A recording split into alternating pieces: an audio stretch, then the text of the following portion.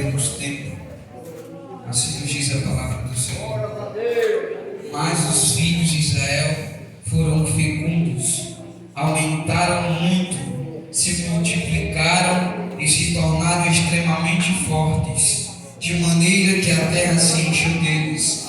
Nesse meio tempo, levantou-se um novo rei sobre o Egito, que não havia conhecido José. Ele disse ao seu povo: eis que o povo dos filhos de Israel é mais numeroso e mais forte do que nós. Vejam, precisamos usar de astúcia para com esse povo, para que se não multiplique, e para evitar que em caso de guerra ele se alie aos nossos inimigos, lute contra nós e saia da terra. E os egípcios puseram sobre eles feitores de obras, para os afligir com trabalhos pesados. E assim os israelitas construíram para Faraó as cidades, celeiros de Pitom e Ramassés. Mas quanto mais os afligiam, tanto mais se multiplicavam e tanto mais se espalhavam, de maneira que os egípcios se inquietavam por causa dos filhos de Israel. Então os egípcios, com tirania, escravizaram os filhos de Israel e lhes amargaram a vida com dura servidão, preparar o barro, fabricar tijolos e fazer todo tipo de trabalho no campo. Todo este serviço lhe era imposto com tirania. Glória a Deus. Essa palavra aqui, ela é uma palavra que ela vai refletir o sofrimento do povo de Israel. A Bíblia vai dizer que Deus, Ele escolhe alguém por nome de Jacó ao invés de Esaú. Esaú nasceu primeiro, tinha tudo para ter a bênção nas mãos, mas trocou a sua bênção.